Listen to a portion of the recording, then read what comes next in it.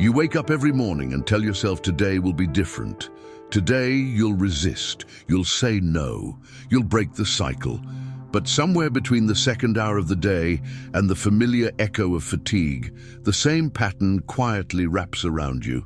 Again, that's the thing about habits. They don't announce themselves. They slip in like shadows, quietly, invisibly.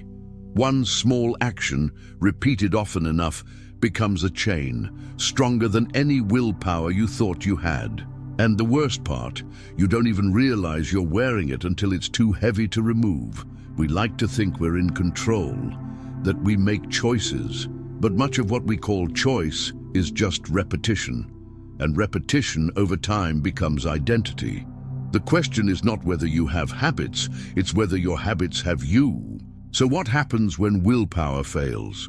When motivation fades, when you make the same promise to yourself for the 100th time, only to watch it dissolve in the pressure of the day? You blame yourself. You call it weakness. But maybe it's not weakness. Maybe it's the method. Because force alone can't kill a habit. Trying to break a habit without replacing it is like trying to remove the air from a glass by sucking it out. It's impossible.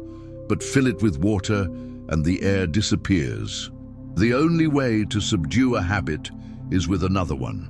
This is where true transformation begins, not in the battlefield of the mind, but in the rhythm of new actions. Small, deliberate, consistent. Change doesn't shout, it whispers. It hides in the choice to pause before reacting, to speak with kindness when anger rises, to walk when you'd rather sit. Each of these is a thread, woven daily. They become a new fabric. Now, I want to know your thoughts. What are you feeling so far? What habit are you facing that seems impossible to break? Drop your comment. Your experience matters. We think massive shifts come from massive actions. But the truth is, a new life begins with the smallest turn. A turn away from the familiar comfort that keeps us bound. Habits aren't just behaviors, they're escape hatches. They give us relief, distraction, false peace. And that's why they're hard to let go. You're not just breaking a pattern, you're breaking a shelter. If you're still here, thank you. It means you're not just interested in change, you're committed. And I promise you, the best is yet to come. Because now we go deeper, into the roots, into the silence, where a new habit starts not with action, but with belief. You have to believe that another way is possible, that your brain, your mind, your soul can be rewired. You were not designed to live in bondage. Even a simple practice, when repeated daily, becomes powerful, like the rising of the sun. You don't question if it will rise, you just trust it. The same is true for habits. When your new rhythm becomes predictable, your old patterns lose their power. There is no quick fix, but there is a gentle force stronger than any addiction. Intention, followed by action, followed by repetition. Over time, that becomes you. Let's continue this journey together. You've probably heard it before. Small steps lead to big change. But the truth is, we rarely believe that. We want the transformation now. We want results we can feel, see, hold. But the greatest shifts in life never start loud. They begin in the silence of consistent, tiny actions, like brushing your teeth every morning, mindless, automatic, uncelebrated. But try skipping it for a week, and you'll feel the weight of its absence. That's the quiet power of habit. Not in how dramatic it feels, but in how essential it becomes. Imagine a single drop of water hitting stone. Meaningless, right? But give it time. Let it return over and over. One day it carves a groove, a permanent mark, not by force, but by persistence. That's what happens inside you, too. But the danger comes when comfort becomes our compass. We think if something feels natural, it must be right. So we retreat to old patterns, not because they help, but because they're familiar. Familiar pain often feels safer than unknown healing. That's how destructive habits survive, by disguising themselves as comfort. They whisper, just this once, or you've earned it. They offer escape, numbness, a false sense of control. and we take the bait again. But what if your deepest peace isn't found in escape, but in discipline? What if self-control isn't punishment, but freedom? Because the truth is, you will always serve a habit.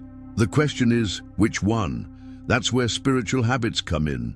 Quiet moments of prayer, gratitude spoken aloud, scripture read not for information, but for transformation. These aren't religious duties, they're anchors, habits that remind your soul who it really is. You don't need a massive plan, you need rhythm, something small enough to do daily, but meaningful enough to change you. A whispered prayer before your feet hit the ground, a moment of silence before meals, a pause before reacting. That's how new habits are born, in repetition wrapped in intention. But here's something we often overlook. Your environment speaks louder than your will. If your space is full of reminders of who you used to be, how can you become who you want to be? Sometimes transformation begins by changing what surrounds you. Move the triggers, shift the light, place the book you want to read where the phone used to rest. Make your space a mirror of your future, not your past. And don't wait for the feeling. Feelings follow obedience, not the other way around. Show up even when it's dry, especially when it's dry. That's when the new roots are digging deep. If you've made it this far, you're not watching by accident. This is a call, not from me, but from something higher, deeper, older. It's time to become intentional with what you repeat, because what you repeat becomes you. Let's talk about reward. Every habit, good or bad, is tied to a reward.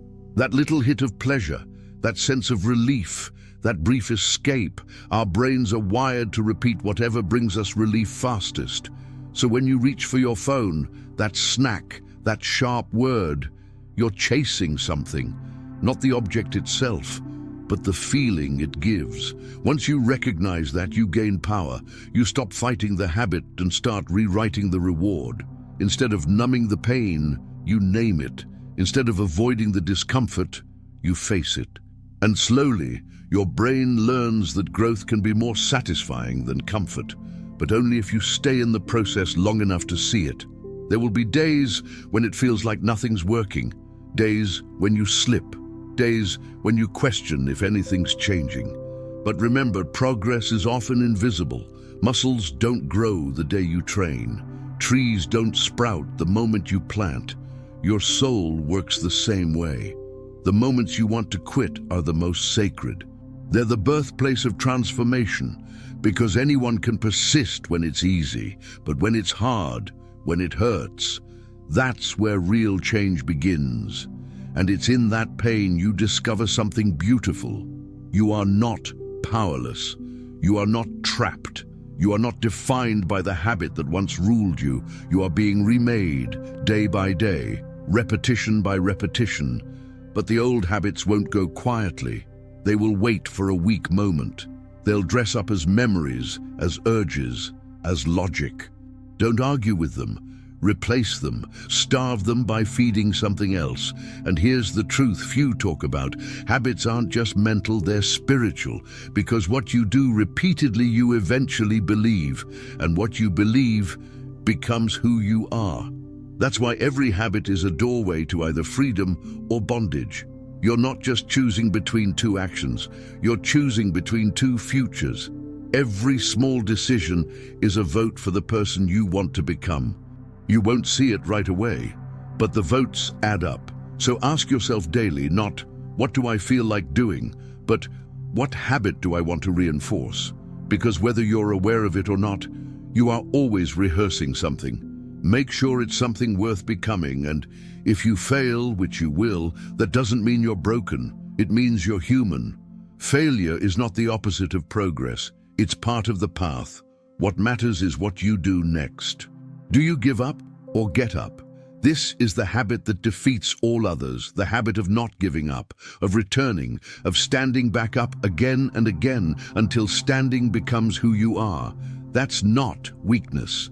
That's the purest strength there is. There's a moment in every journey when you stop looking for shortcuts. You realize there's no secret formula, no perfect plan, no magical switch. just rhythm, repetition, and grace for the days when you fall short. The real battle isn't changing what you do, it's changing what you believe about yourself. Because if you still see yourself as broken, weak, or doomed to fail, no habit will last. Identity comes before transformation. So start telling the truth. Not the one whispered by your fear, the one spoken by your faith. You are capable of change, not because of your strength, but because of the one who made you, and he does not abandon his work. That's why spiritual disciplines matter. They're not about being good, they're about becoming whole. When you pray, you're not performing, you're reconnecting. When you reflect, you're not wasting time, you're renewing your mind. Every habit you build is either feeding your spirit or draining it. And when your spirit is dry, you reach for anything that promises to fill the void. But not everything that fills you feeds you. Be careful what you let in. Music, news, voices, noise, it all shapes your inner world. Make space for silence, for stillness, for sacred routine. That's where the deepest habits are formed, not in frenzy, but in quiet. Even Jesus withdrew to lonely places to pray, not because he was weak, but because he knew where strength begins, in solitude, in surrender, in secret. And in those hidden moments, a new pattern begins to form, one that isn't loud, one that isn't rushed, but one that is steady, stable, strong. The kind of habit that builds a foundation no storm can shake. You won't notice it at first. No one will. But suddenly one day, you'll respond with patience where you once exploded. You'll pause when you used to run. You'll smile when you used to hide. That's the evidence. Not in big declarations, but in small shifts. The way a sunrise breaks the darkness, not with noise, but with presence. You'll see it, you'll feel it, and you'll know. Something inside you has changed. Because now your life isn't just a string of reactions, it's a deliberate rhythm, a pattern of peace. A choice repeated daily to live intentionally. You might be wondering when it gets easier, when the new habit feels natural.